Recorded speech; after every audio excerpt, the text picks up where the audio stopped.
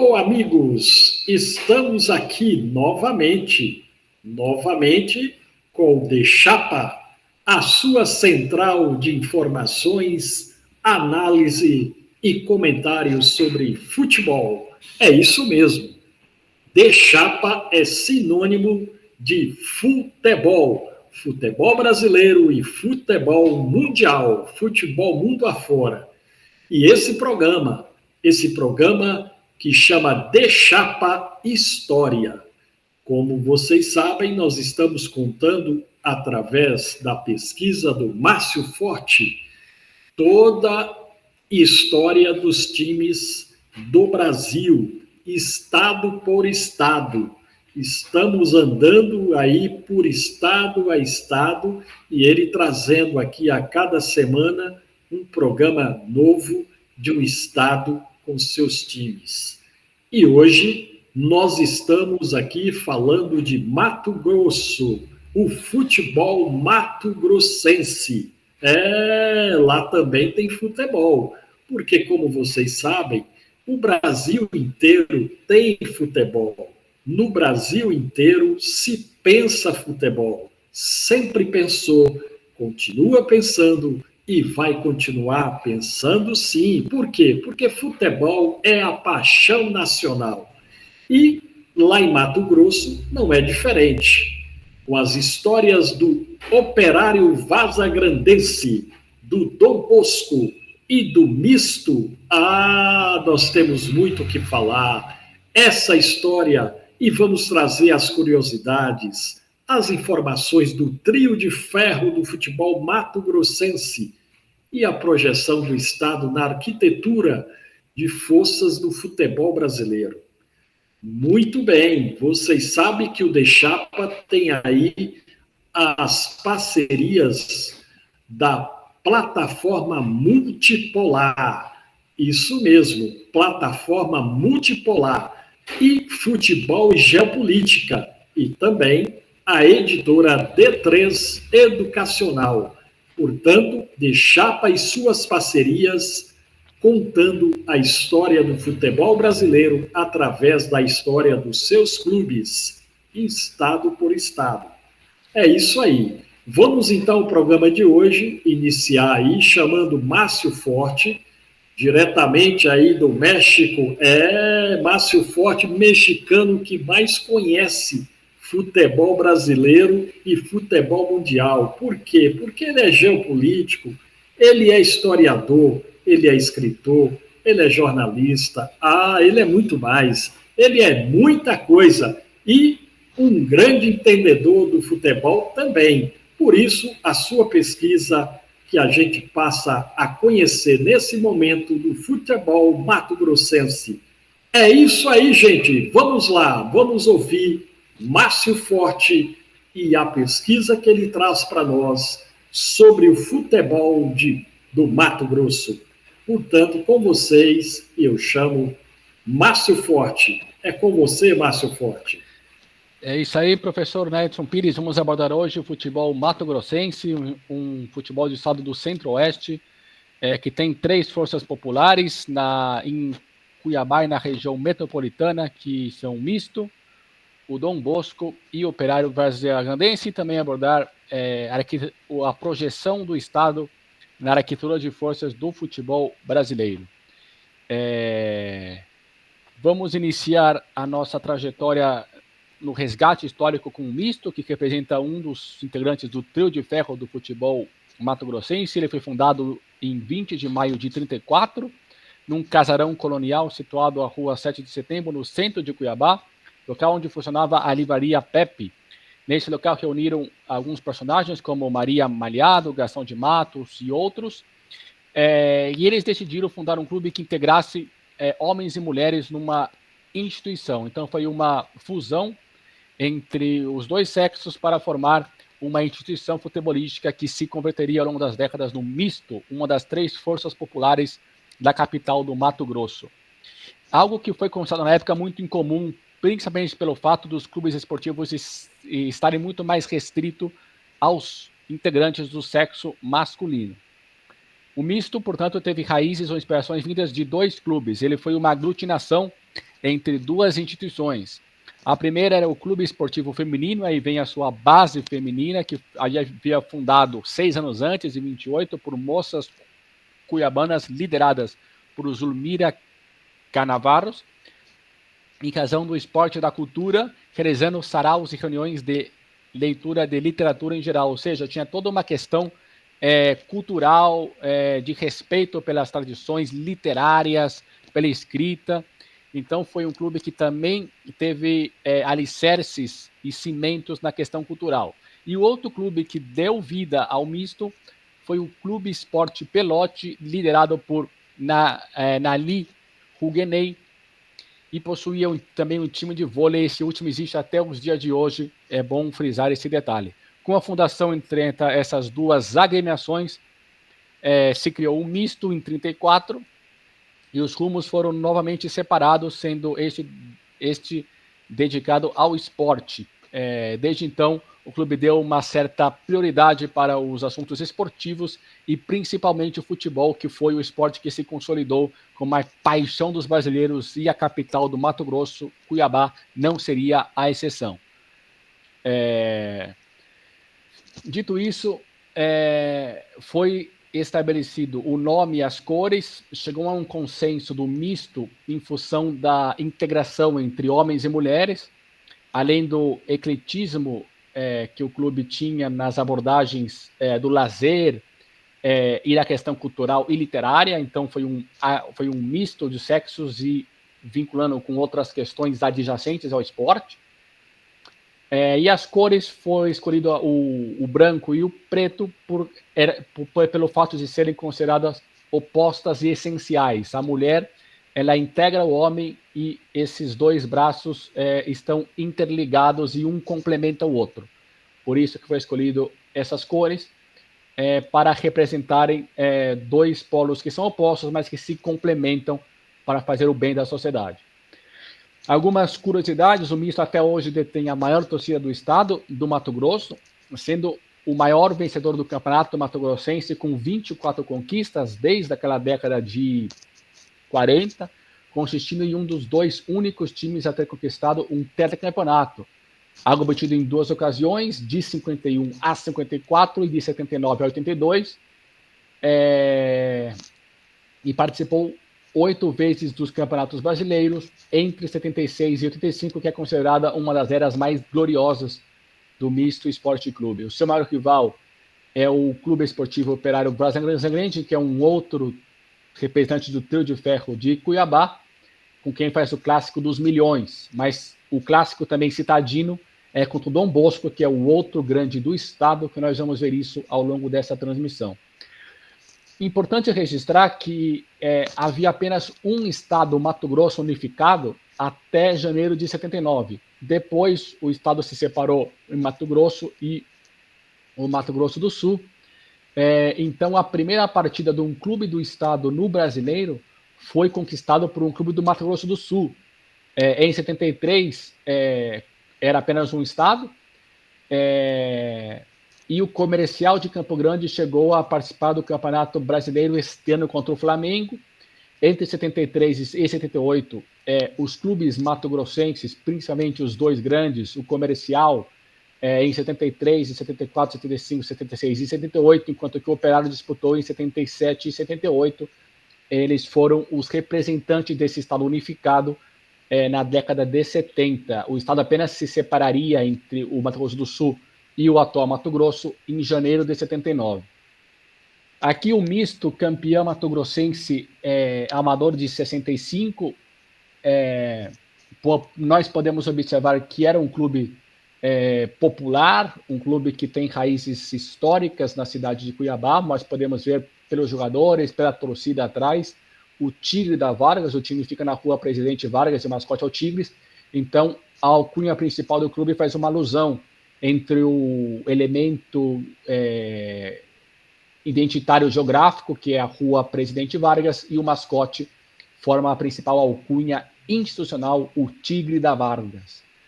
O misto aqui, campeão da Taça Cuiabá de 69, podemos ver a camisa emblemática, que é muito similar também à Ponte Preta e o Vasco da Gama. O misto de 69, podemos ver Glauco, Felizardo, Fernando, Nenê, Rômulo e Darcy, e agachados Evelino, Ariel, Wilson, Filinto, Ruiter e Nandinho. Aqui o clube já no Campeonato Nacional de 76, embora os clubes do Mato Grosso do Sul já tinham participado dessa competição, mas o misto vai em 76, faz a sua primeira participação num campeonato nacional. Podemos ver atrás a massa de torcedores que até hoje detém a maior torcida do estado. O misto é um clube de massa em Cuiabá, diferentemente desse novo clube Cuiabá que foi fundado apenas nesse século, é importante frisar. Então o misto é um dos clubes históricos e de massa popular em Cuiabá. No Campeonato Brasileiro de 76, que era chamado ele venceu o Vasco, foi a primeira grande vitória do clube na sua projeção nacional. Foi ano também da sua primeira participação do Mato Grosso nas competições nacionais. O primeiro jogo foi contra o Goiás em casa, com empate por 1 gol, em 29 de agosto de 76. Em 12 de setembro, o Alvinegro Mato Grossense recebeu o América Mineiro e conquistou a primeira vitória, uma goleada por 3-0. Contudo, a grande vitória viria realmente contra o Vasco da Gama, na rodada seguinte, quando venceu o Vasco de Roberto Dinamite por 1-0, com gol olímpico de Pelezinho. Aqui nós podemos ver a imagem daquele jogo emblemático, misto 1, Vasco 0. Podemos ver as semelhanças das duas indumentárias muito características desses clubes, que têm uniformes muito belos, dito de passagem. Detalhe, a bola entrando após a cobrança de escanteio de Pelezinho, o gol olímpico de Pelezinho que ficou marcado na memória coletiva dos torcedores do misto. Aqui é o misto em 80, podemos ver o estádio lotado. O misto sempre foi um clube muito popular em Cuiabá. Tetracampeão do Mato Grosso, 79, 80, 81, 82. Foi uma das 2 vezes que o clube conquistou esse tetracampeonato. Já havia conquistado no início dos anos 50. Então foi um clube que tem uma constância no estado, representativa. Aqui aqueles clássicos posters da revista Placar, que ainda persistem. Bicampeão mato-grossense em 80, o misto. E aqui, em 82, o misto conseguiu uma vitória contra o Cruzeiro. Foi uma outra vitória expressiva a nível nacional do misto. O show do Tostão Alvinegro, ele estava no misto. Talvez essa história seja uma das mais emblemáticas da trajetória mato-grossense na Série A. Como sabemos, um dos grandes nomes da história do Cruzeiro foi o próprio Tostão, o tricampeão do mundo em 70, e teve a sua carreira abreviada por uma lesão, por algumas lesões em 73, e 2 anos depois do original se aposentar, Luiz Antônio Fernandes, no Santos, começava a carreira no futebol usando o apelido do ídolo Tostão. Os anos passaram e ele chegou ao misto em 80. 2 temporadas se passaram e Tostão fez 3 gols no Cruzeiro neste jogo emblemático no início dos anos 80, e venceu a Raposa Mineira por 4-2. Aqui nós temos a foto de um jornal que representa aquela vitória na Taça de Ouro de 82, que era considerado o campeonato brasileiro da época, na revista Placar, que destacava o Tostão, misto arma, estratégia para pegar uma vaga. E o misto foi sempre muito difícil de ser batido nos seus domínios, principalmente entre 50 e 80. Em 85, o clube vence o Sport de Recife dentro de casa por 2-1. No Campeonato Brasileiro da época, que era chamado a Taça de Ouro, que teve aquela final icônica entre Coritiba e Bangu, decidida nos pênaltis, num Maracanã abarrotado, o misto teve a participação com mais partidas, 28 partidas naquele campeonato cheio de clubes. Na segunda fase, o time encarou o Internacional e o Vasco, mas não venceu nenhuma partida. A grande vitória, no entanto, foi realmente contra o Sport, que é um dos 5 grandes do futebol nordestino, como nós já vimos em outro programa, um dos 3 grandes do futebol pernambucano. Em casa, no primeiro turno, o misto bateu o Sport por 2-1 com gols de Gilson, Bonfim e Clóvis. Nesse novo século, o clube participou da Copa do Brasil em 2001. Na primeira fase passou pelos mineiros do URT, que é um clube de Pato de Minas, que tem classe contra o Mamoré, é um dos clubes mais expressivos do interior mineiro.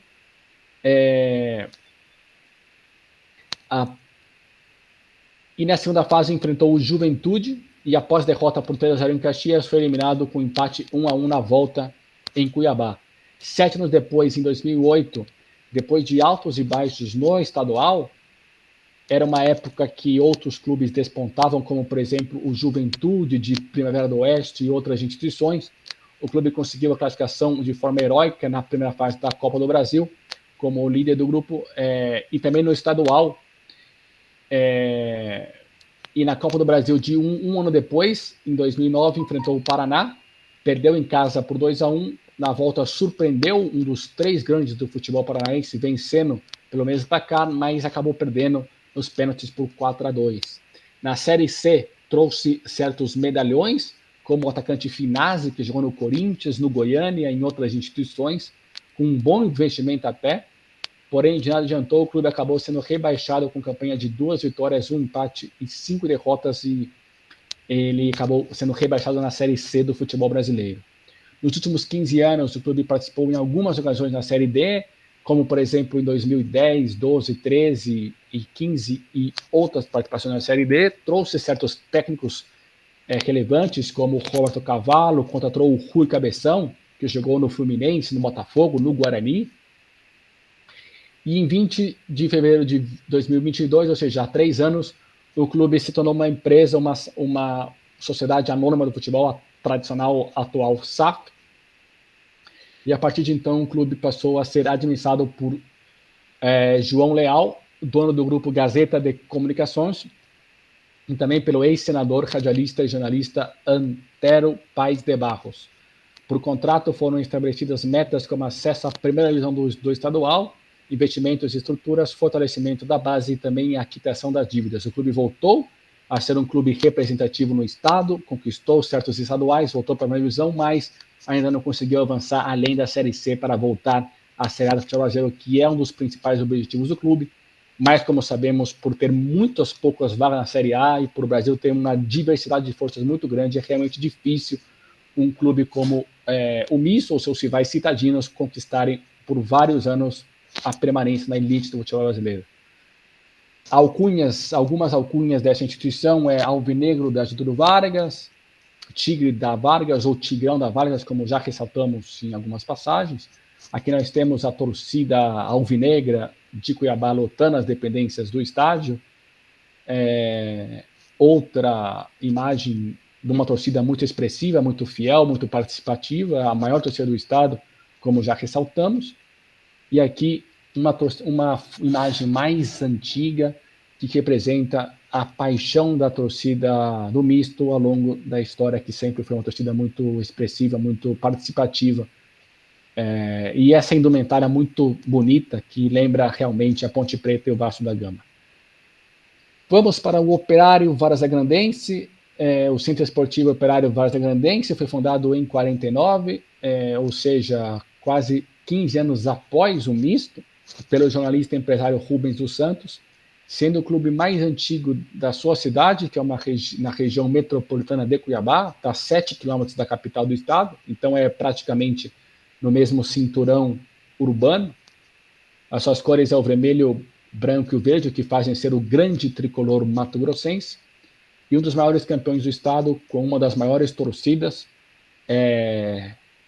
Sem dúvidas, é uma das 2 maiores torcidas, disputa talvez com o Dom Bosco o pleito de ser a segunda maior torcida do estado.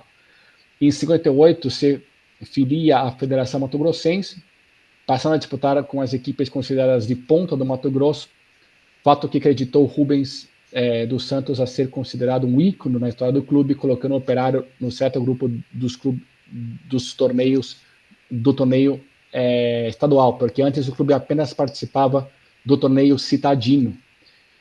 Em 67 conquista o primeiro estadual, ou seja, após 9 anos dessas participações. repetindo a proeza no ano seguinte, conquistando o primeiro bicampeonato dessa instituição, que depois se consolidaria como uma das 3 potências futebolísticas do estado. Em 72 e 73, sob o comando do próprio Rubens dos Santos e Ingo José Klein, respectivamente, novamente, o time de Várzea Grande leva um outro bicampeonato. Foram os únicos títulos conquistados pelo Operário antes da divisão do Mato Grosso, porque em 79 nós temos a criação do Mato Grosso do Sul, e diversos foram os personagens que, dentro de campo, participaram dessas conquistas, como Bife, Antônio Malaquias, Pão, Cecílio, Alindo, Zé Pelula e outros que marcaram aqueles 4 títulos antes da divisão do estado que se deu a cabo em 79. Aqui uma das principais revelações desta instituição é o goleiro Paulo Vitor, que depois se consagrou no Fluminense, tricampeão carioca em 83, 84, 85, e do Campeonato Brasileiro de 84 contra o Vasco, naquele clássico carioca na final do Brasileiro, e também foi o goleiro reserva do Mundial de 86 no México. Ele foi suplente do Carlos, que foi o goleiro do Corinthians, que jogou o Mundial, e ficou famoso pelo pênalti da França, que nas costas entrou, que o Brasil caiu nas quartas de final, mas esse goleiro, Paulo Vitor, foi revelado pelo Operário de Várzea Grande, e é considerado uma espécie de um coringa do clube até os dias de hoje. A projeção nacional, o Operário venceu o Brasília e é o único clube do Mato Grosso a estrear com vitória nas competições nacionais, pois o misto empatou e o Dom Bosco perdeu nas estreias. O Operário de Várzea Grande é o único clube mato-grossense que conseguiu vencer na elite do futebol brasileiro. Em 23 de setembro, o time recebeu o Brasília, que representa um dos 5 clubes mais expressivos da capital federal, em casa, e não teve dificuldades para sapecar um 3-0 com gols de Mosca, Hernani e Ramon. Em 79, misto 4-3, foi o clássico dos milhões, que representam os maiores campeões do estado. Em 79, e nessa temporada que marcou a maior primeira divisão da história, certo? Se não me engano, teve 93 times na Série A do futebol brasileiro, e os 2 caíram em uma chave com a presença dos clubes baianos, goianos, sul-mato-grossenses, já estava dividido o estado, e os brasilienses, como, por exemplo, o Gama, o Ceilândia, o Taguatinga e o próprio Brasília. E as 2 equipes se encararam na 6ª rodada, o misto e o Operário, que fazem o clássico dos milhões. E o jogo acabou 4-3 para o misto. Bife marcou um triplete, 3 gols para os alvinegros, enquanto que o Gerson Lopes fez 2 para o Chicote da Fronteira, que é uma das alcunhas do Operário de Várzea Grande. Marcinho marcou para o outro gol do misto, e o Hernani para o Operário de Várzea Grande completaram o placar nessa vitória icônica, que talvez tenha sido o maior clássico pelo fato de ser na Série A do futebol brasileiro, algo que não se imagina nos dias atuais. Aqui há uma das imagens icônicas de 83, do Operário de Várzea Grande, campeão do Mato Grosso. Podemos ver a torcida lotando as dependências do estádio. Aqui está a divisão, para a outra torcida visitante à esquerda. Em 84, o Operário fez 6-1 no Anapolina, que foi a maior goleada de um clube do Mato Grosso na Série A do futebol brasileiro. Os clubes do Pantanal não têm grandes goleadas aplicadas na Série A. Para que vocês tenham uma ideia, a segunda maior goleada foi o misto contra o Americano de Campos em 76, e abaixo disso 3-0, mas tem uma polêmica se 3-0 é ou não goleada. Eu considero que sim, porque tem uma diferença expressiva de gols. E em 84 o Operário disputava a Série A pela segunda vez. Na 9ª rodada, ainda lutando pela vaga na fase seguinte, o clube várzea-grandense recebeu o Anapolina de Goiás, que é um dos 2 clubes expressivos da cidade de Anápolis, e foi uma goleada por 6-1 expressiva do Operário várzea-grandense contra esse clube goiano. No mesmo ano, o Operário venceu o Botafogo do Rio de Janeiro em São Januário, uma vitória expressiva para o Operário de Várzea Grande. Num jogo horrível, o Operário pelo menos soube marcar o gol de pênalti que o favoreceu. Foi assim que a revista Placar analisou a última partida da segunda fase entre o Chicote da Fronteira e o glorioso de Severial Geveriano, em São Januário, no estádio do Vasco da Gama. A grande vitória do estado fora de seus domínios. Foi uma vitória marcante que marca o imaginário coletivo da torcida tricolor do Mato Grosso. O Botafogo tinha chances de classificação, mas Mosca de pênalti aos 8 minutos do segundo tempo fez outra vitória do tricolor do Chicote da Fronteira. Aqui está a revista Placar. Em 84, reservava pelo menos uma página para cada participante da primeira divisão, e foi assim que o tricolor matogrocense foi apresentado. Aqui está o Chicote humilde, mas que venceu o Botafogo naquele dia em São Januário por 1-0. Um clube humilde, embora seja um dos 3 grandes do estado, no cenário nacional era considerado muito inexpressivo, humilde, com todo respeito, e foi lá e conseguiu bater e selar. O Botafogo não passou para a fase seguinte. 2 anos depois veio a inédita conquista do tricampeonato estadual, 85, 86, 87, com o radialista e jornalista Edivaldo Ribeiro.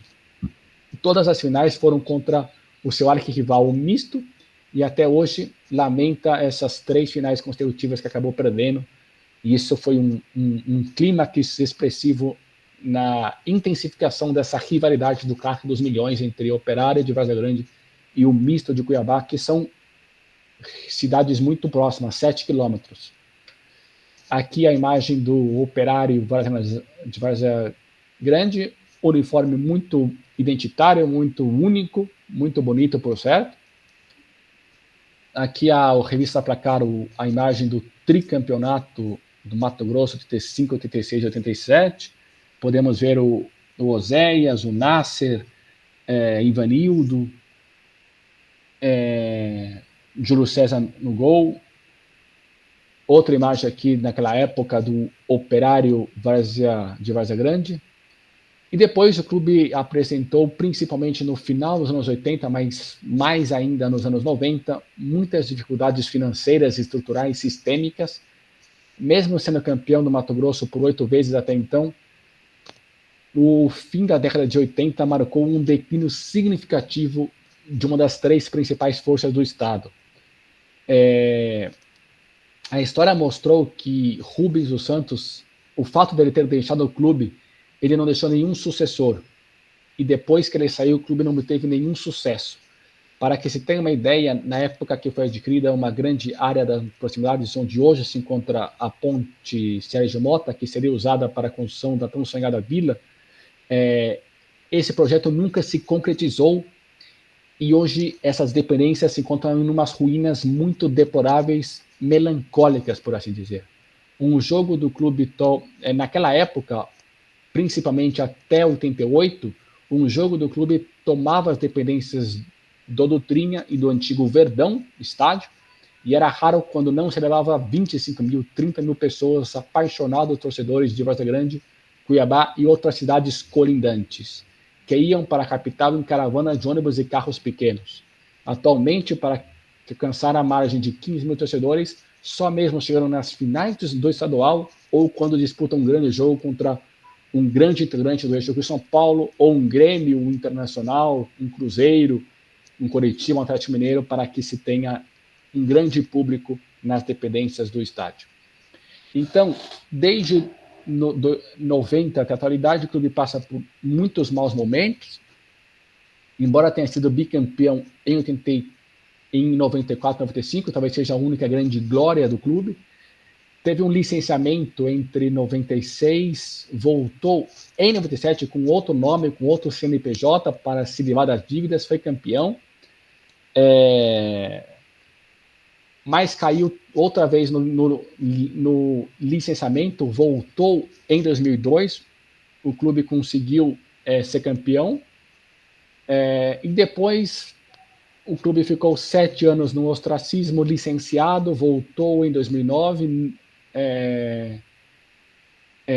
não voltou, tentou voltar em 2011, não conseguiu, apenas teve o sucesso de voltar em 2013, teve uma briga judicial com outro clube que voltou com o mesmo nome, então tem também essas pendências. Depois conseguiu que o outro clube mudasse as cores, o nome, a iconografia, e o clube entrou na linha em certa medida, chegou na semifinal em 2014, foi finalista em 15 e 19, mas acabou perdendo essas competições para a potência emergente do futebol cuiabano, que é o Cuiabá.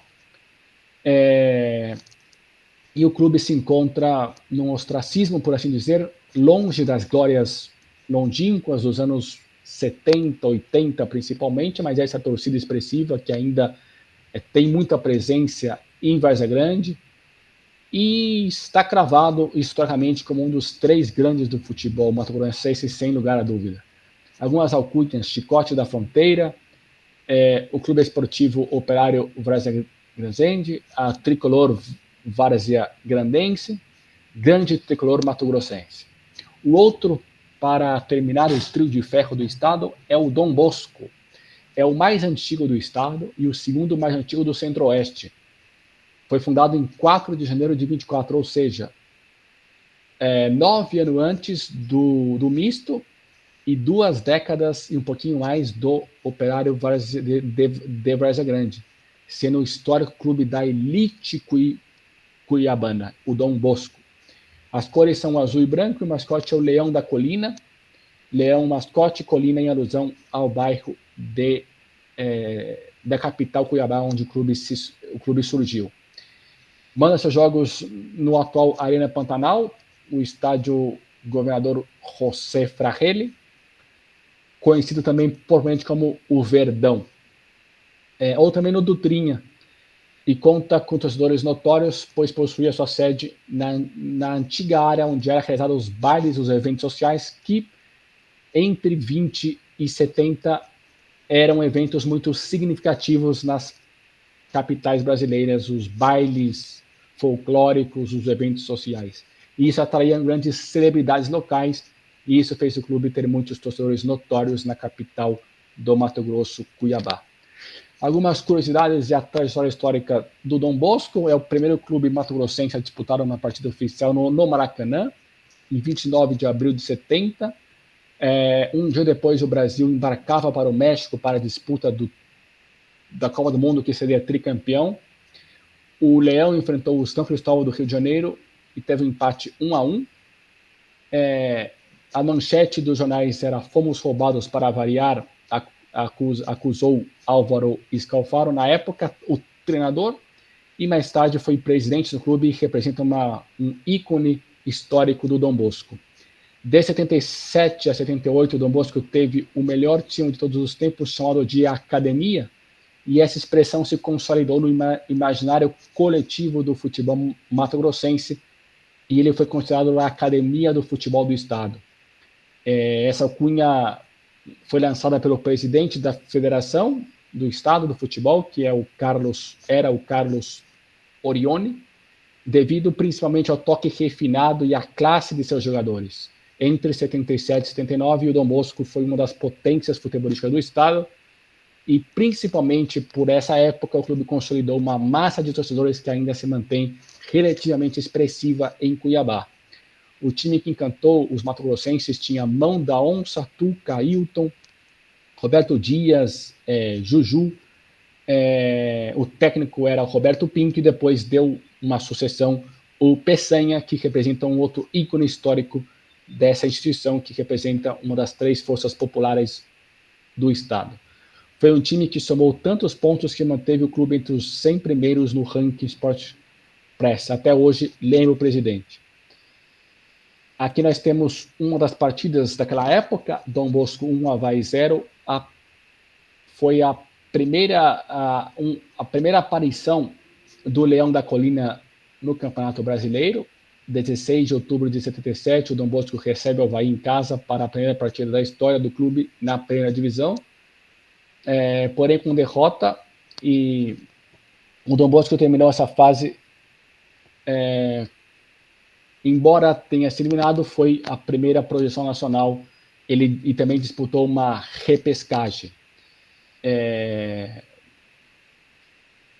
Em 78, teve Dom Bosco e misto, o clássico vovô, é o principal clássico da cidade de Cuiabá, considerado o clássico vovô por serem os 2 clubes mais antigos da capital do estado. Foram 9 encontros em final de estadual, entre Dom Bosco e Misto.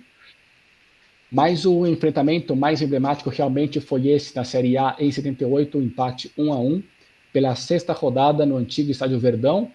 O atual Estádio Arena Pantanal recebeu mais de 20 mil torcedores para o empate no clássico. O estádio estava dividido ao meio entre torcedores azulinos e alvinegros.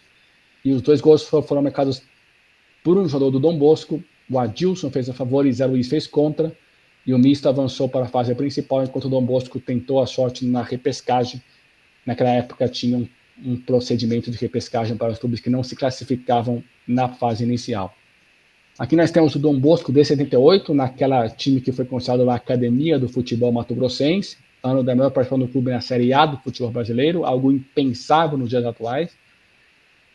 Outra foto daquela época, que é considerada a época de ouro do Dom Bosco. Em 78 também o clube venceu o Fluminense, que foi o campeonato que o clube participou daquelas 3 fases da repescagem. Se o Misto é o clube que tem mais partidas de uma edição, o Dom Bosco é o único que alcançou uma 3ª fase do Campeonato Brasileiro.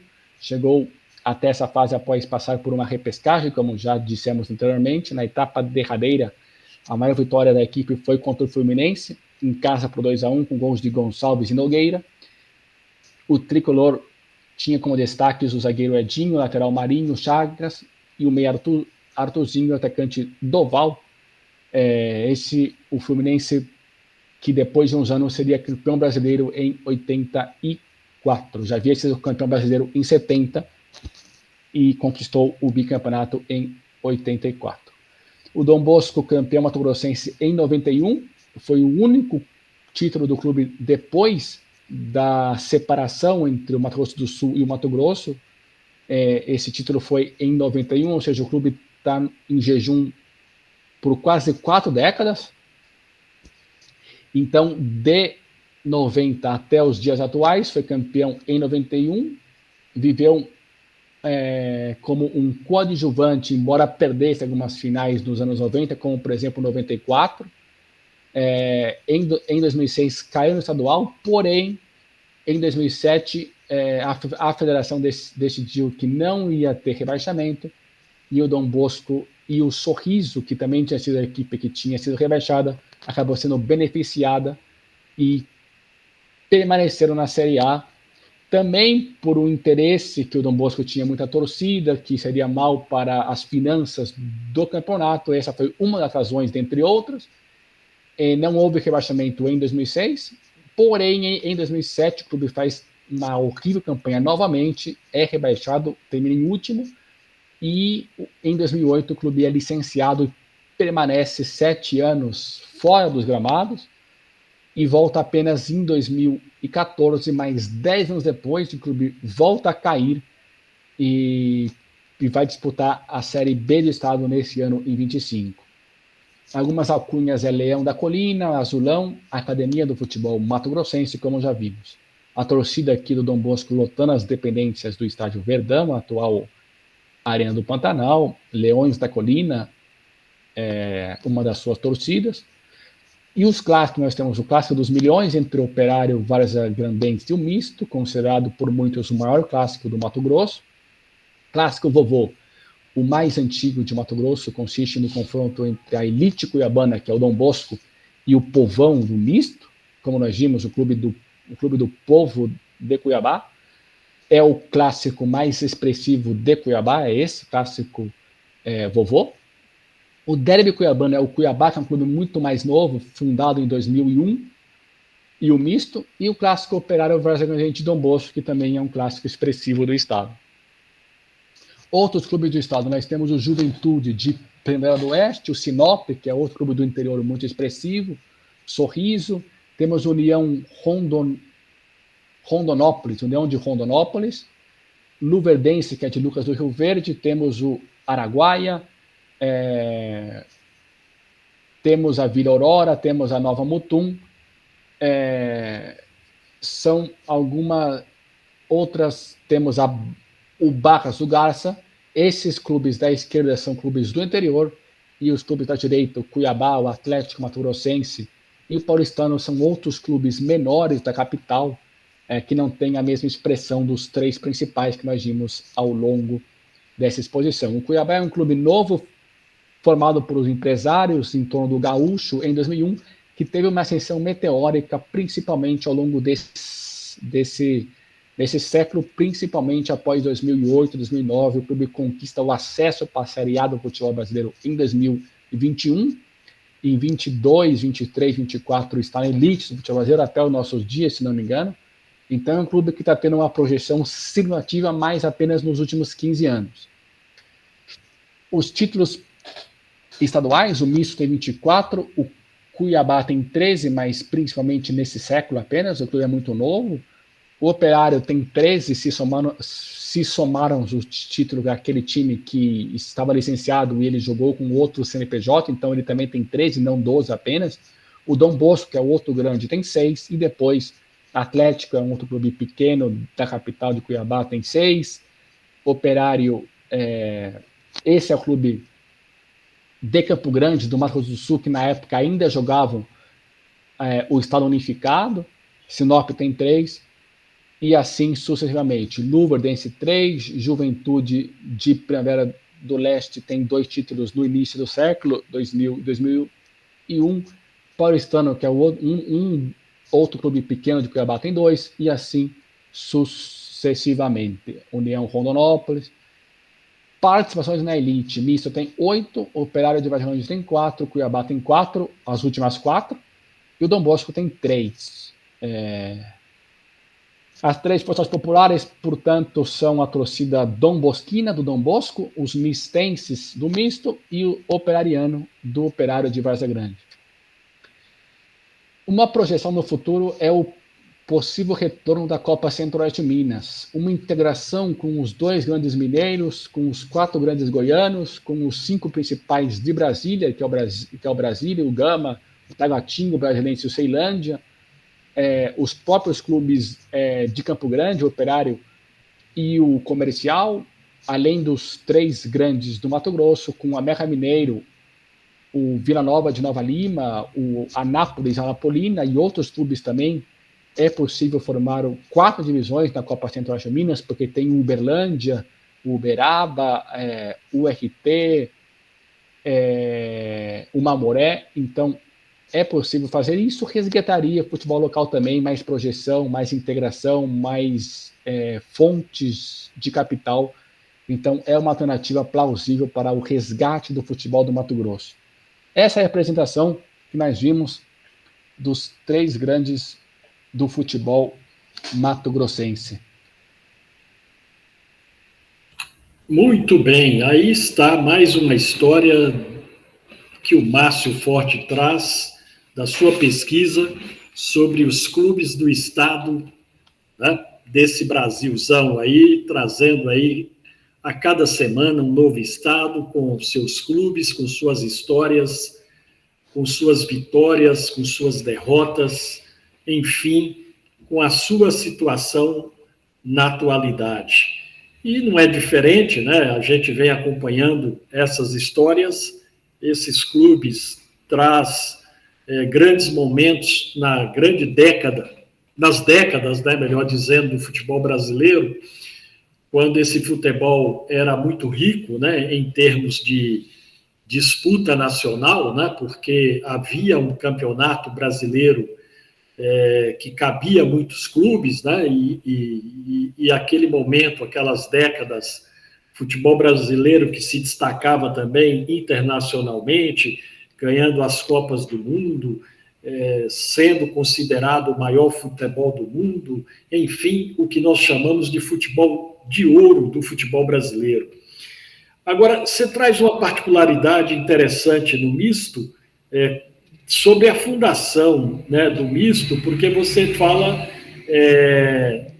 numa integração entre homens e mulheres, né? Aí vem a primeira questão que eu passo para você, Masforte. Não sei se você chegou a essa pesquisa, né? Se é inédito essa situação de uma fundação procurando a junção entre homens e mulheres num clube de futebol, principalmente naqueles anos, né, longínquos, né, dessas fundações, onde imperava, né, o machismo no futebol, e pelo que você traz, né, você traz aí uma novidade até aqui da história dos clubes, né, que é essa junção de homens e mulheres no momento em que não se pensava muito sobre essa questão aqui no Brasil, né? Tem a ver isso? Não tem a ver? Ou simplesmente foi uma questão aí apenas social e não mesmo da integração homens e mulheres na fundação do Misto? Foi uma questão de integração, não foi apenas retórica, porque teve uma participação do componente feminino na consolidação e na construção do Misto como uma das principais forças futebolísticas de Cuiabá. Embora seja uma das exceções, não é um caso isolado. Nós podemos considerar o Caxias, que foi uma fusão do Flamengo de Caxias com outra agremiação, que teve também uma participação dos salões femininos nessa construção do que se converteu a Sociedade Esportiva Caxias do Sul, que é o rival clássico do Juventude, o Grená, Azul Grená. Nós vamos ver isso no futuro, quando abordarmos o Rio Grande do Sul. Mas em Cuiabá isso deu muito certo, essa aglutinação dos sexos nos elementos culturais, filosóficos, literários dessas instituições, que criaram um misto que realmente, dos três grandes do futebol mato-grossense, foi o que consolidou uma constância histórica mais representativa, nunca foi licenciado, por assim dizer. Então deu muito certo essa junção. Muito bem, aí uma novidade que só mesmo um programa como esse, né, que vai buscar as histórias das fundações desses clubes todos do Brasil, pode trazer, né, porque não é um conhecimento assim amplo, né, se a gente for analisar aí pelo mundo dos esportes, né, pelo mundo do futebol principalmente, não se vê isso como uma notoriedade, né? E você trouxe aí, na sua pesquisa, algo que eu considero até como inédito, né? Porque, de fato, essa é uma discussão que só vai chegar no futebol praticamente nos dias atuais, né? Quando a gente vê agora os clubes tendo os seus departamentos femininos e também no que diz respeito à mídia, as mulheres, né, chegando ao futebol como narradoras, comentaristas e, enfim, participando aí também como juiz de futebol, juíza, né, de futebol, bandeirinha, enfim, a integração de fato acontecendo agora na prática de forma profissional, o que é muito bom porque, afinal de contas, o futebol é para todos e se é para todos, a mulher nunca poderá ficar de fora do mundo do futebol também. Dito isso, eu quero dizer também aqui, você trouxe uma questão, quando você cita a revista Placar, e aí eu anotei aqui para falar e conversar com você, porque interessante, né? A gente avançou muito na tecnologia da comunicação, mas nesses anos de ouro do futebol brasileiro, a revista Placar era uma revista também nacional, ou seja, ela trazia, né, as histórias de todos os clubes dos estados brasileiros, ou seja, os campeonatos regionais. E isso tudo ganhava as páginas da revista Placar. Havia ali uma movimentação muito grande, né, de estado por estado. O Campeonato Brasileiro também era mais estendido, tinha mais vaga, tinha mais clubes, mas o fato é que a revista Placar contribuía muito para a divulgação desses clubes a nível nacional. E hoje, quando a gente depara com a internet, né, com os canais como esse aqui do De Chapa, né, a gente não vê nem 10%, eu diria, do que a revista Placar fazia em termos de divulgação do futebol brasileiro. Fica mais restrito, né, a nível de estado, porque com certeza tem alguém na internet, num canal de YouTube ou no Instagram, enfim, que fala desses clubes, mas centraliza localmente, né? Não é uma coisa que estende a nível nacional.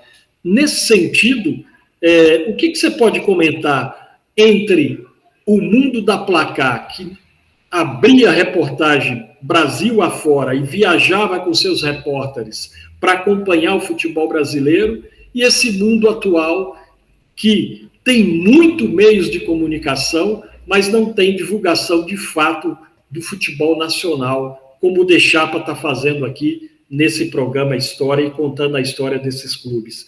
Como é que você vê isso, Márcio Forte? Exatamente, isso é um enorme problema, porque embora nós tenhamos atualmente mais capacidade de interação, de informação espontânea, nós perdemos o elemento essencial do jornalismo esportivo, que é o fato de viajar, de conhecer em loco essa diversidade de forças populares, de praças históricas que o Brasil tem, como, por exemplo, nós estamos acompanhando ao longo das semanas, abordando as forças populares de cada centro urbano do Brasil. E isso vinculado com o encarecimento da indústria futebolística e esse processo de elitização, somado com essa perda da essência clássica do futebol e também da essência jornalística e esportiva, fizeram que esses clubes perdessem a sua projeção nacional que tiveram em outras eras. E também somado ao esgotamento das vagas na elite do futebol brasileiro, apenas 20 clubes é muito pouco, é impossível clubes como esses, embora sejam grandes estadualmente, não consiga a médio e longo prazo sustentar as permanências nas principais divisões do futebol brasileiro.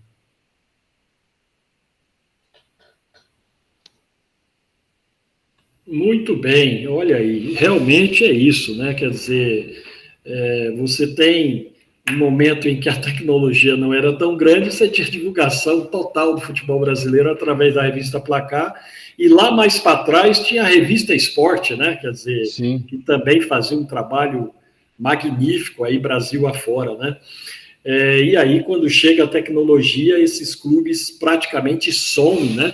E aí você citou bem que é exatamente a mudança que o futebol brasileiro teve, né? Quando você estabelece 20 clubes para disputar a elite, então é claro que você elitiza o futebol, e o futebol que era um futebol raiz, né? Um futebol muito interessante no sentido de aglutinar pessoas, de juntar gente, de ter uma grande torcida em cada estado, por seu clube e tudo mais.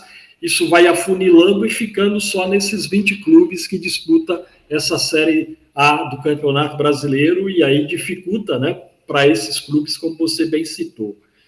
E por falar nisso, quando você cita a história do Dom Bosco, você traz o Marinho Chagas, que é um jogador considerado aí, inclusive da seleção brasileira, que fez uma grande carreira, mostrando que esse futebol do interior, esse futebol do estado, dos estados brasileiros, né, sempre trouxe grandes jogadores para o futebol brasileiro, inclusive para a seleção brasileira. Quando ocorre essa situação, ou seja, da qual nós estamos vivendo, elitizando o futebol, dificulta muito a revelação que esses clubes têm, né, porque passa a ser algo assim imaginável, né? Você ir atrás agora desses clubes para buscar jogadores, ou seja, fica muito centrado na elite, e aí a gente não está vendo craques como, por exemplo, o Marinho Chagas, não é, mais forte? Exatamente. Na verdade, como esses clubes não têm um recurso financeiro abastado, é muito difícil investir na base. Tanto é que alguns clubes que nem são tão pequenos assim, que já tiveram projeção nacional significativa em outras eras, que já ficaram 15 anos consecutivos na elite, estão eliminando, por exemplo, as categorias sub-15, sub-18, apenas mantendo a sub-20 para ter uma ascensão no profissional. Então, como que os clubes vão resgatar jogadores do Brasil profundo se eles estão eliminando às divisões inferiores para reduzir os custos, o orçamento mensal. Isso é uma das explicações plausíveis pelas quais o futebol brasileiro está nessa decadência desenfrenada desde mais ou menos 2006, que o Brasil vem tendo essa perca do protagonismo futebolístico nas principais competições, e a Copa do Mundo é a ponta do iceberg que nós vemos. Nós estamos perdendo essa essência futebolística do grande craque, do clássico camisa 10, e quando eles trabalham nas divisões inferiores, sempre o resultadismo tem que prevalecer, ou seja, não tem tempo do jogador se desenvolver, os fundamentos, uma cadência de jogo. Isso explica pela qual não se vê mais as grandes revelações que nós tínhamos também no interior paulista, o 15 de Piracicaba, o União São João. O interior paulista, por exemplo, está totalmente abandonado. Então, isso explica o caos estrutural sistêmico do futebol brasileiro como um todo.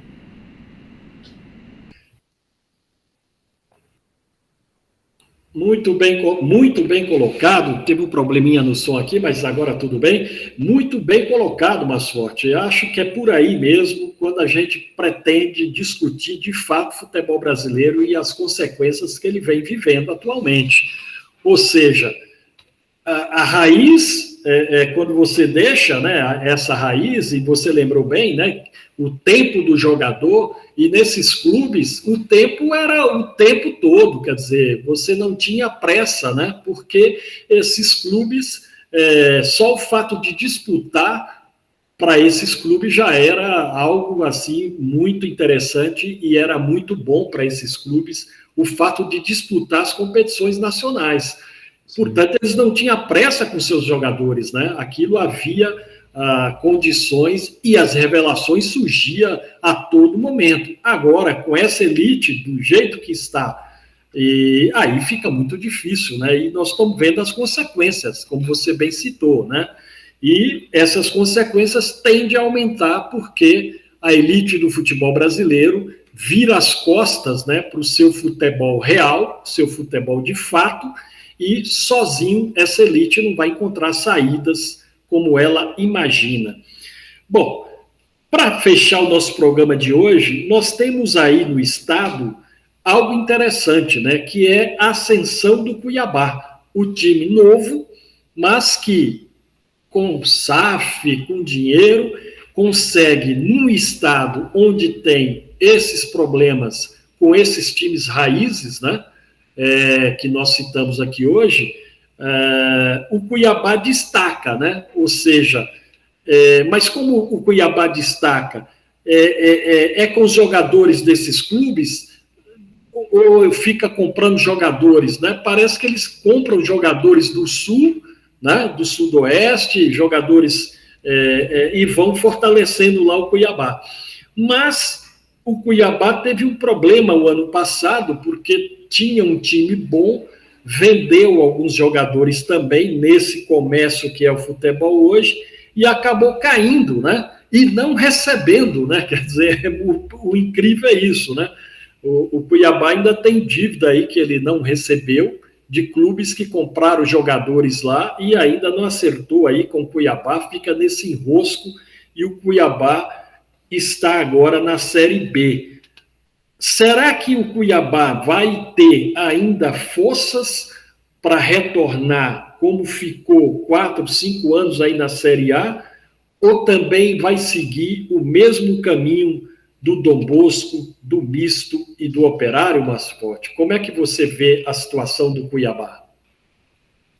Bem, o Cuiabá é um clube que ele acabou aproveitando o vazio de poder desses 3 principais clubes do estado, e ele foi fundado pelo gaúcho, que é o Luiz Carlos Toffoli, aproveitou muito a escolinha do gaúcho, que já tinha um trabalho com os jovens mato-grossenses na capital do estado, que é Cuiabá, e aí foi o celeiro que formou essa instituição, e ele acabou tendo uma projeção estadual significativa, foi para a Série C, foi subindo pouco a pouco, lutou muito para ascender em 2021, não foi uma batalha fácil, mas pelo fato de não ter dívidas, não ter uma torcida expressiva, não ter nenhuma pressão, o clube não tem dívidas como tem as outras 3 instituições de décadas. Isso dá um respiro financeiro significativo. O clube sabe trabalhar as bases, é um clube muito bem gestionado pelos seus gestores. Toda essa, mesmo não tendo uma torcida significativa, o fato de ser o único representante do estado na Série A, depois de décadas, fez o clube receber o abraço dos torcedores de Cuiabá, mesmo que eles não sejam torcedores oriundos dessa instituição, mas pelo fato de ser o clube da cidade, acaba tendo uma marcha de torcedores. Além disso, o fato de receber uma cota de TV expressiva na Série A por estar 3 anos consecutivos, isso dá também uma oxigenação financeira muito significativa. Então, ele atualmente está anos-luz em gestão dos outros 3, que estão principalmente o Dom Bosco e o Operário Brasiliense, que estão no ostracismo profundo. O misto ainda consegue lutar contra o Cuiabá, bater de frente nas competições estaduais. E alguns jornalistas esportivos já questionaram por que o Gaúcho não quis investir num dos 3 clubes principais. Aí está a questão. Esses clubes têm muitos conselheiros, têm muitos presidentes antigos que têm poder e não querem perder esse protagonismo institucional, além das dívidas, tem uma série de questões. E talvez para esses grandes personagens empresários é mais fácil começar do zero. E fizeram isso com o Cuiabá, deu certo, e atualmente ele está numa situação financeira estrutural muito melhor do que os outros 3 grandes do estado. Mesmo que a médio e longo prazo ele nunca vai alcançar o que esses clubes fizeram, mas pelo menos o clube está brigando nos principais holofotes do futebol brasileiro atualmente. Muito interessante, né? Realmente, tirando a história, a pessoa chega, funda um clube novo e rapidamente tem ascensão, o que é típico, né, desse futebol milionário que nós vivemos, né? Ou seja, tem dinheiro, você funda um clube. Se continua tendo dinheiro, esse clube rapidamente passa pela história desses clubes tradicionais e logo, logo estão aí na elite, né? A continuar desse jeito, essa situação vai chegar no Sul, vai chegar no Sudeste, né? E aí times grandes, né? Com grandes histórias dos grandes clubes brasileiros passam a correr risco, né? Quando o Red Bull, né, chegou no Bragantino, a impressão que se tinha é que o Bragantino ia fazer frente a um Corinthians, a um Santos, a um Palmeiras e a um São Paulo, né? Que a Red Bull deu uma freada, mudou o eixo, né? Passou a interessar mais em formação de jovens para poder vender para o mercado internacional do futebol e não seguiu aquela trajetória que se pensava no início, porque se seguisse, com certeza o Bragantino hoje faria frente a esses grandes clubes aí. Ou seja, quanto mais você elitiza, mais você apaga a história. E os grandes continuam correndo risco, porque não é fácil competir com esse mercado que é tão caro, né, no futebol atualmente, que custa tanto dinheiro assim, não é, Márcio Forte? Exatamente. O futebol encareceu muito, a indústria futebolística teve uma ascensão meteórica, as cotas de TV aumentaram expressivamente, principalmente entre 2008 e 2020, e se consolidou assim. Então, os clubes que não passarem por um amadurecimento administrativo realmente vão ter problemas a médio e longo prazo, consideravelmente.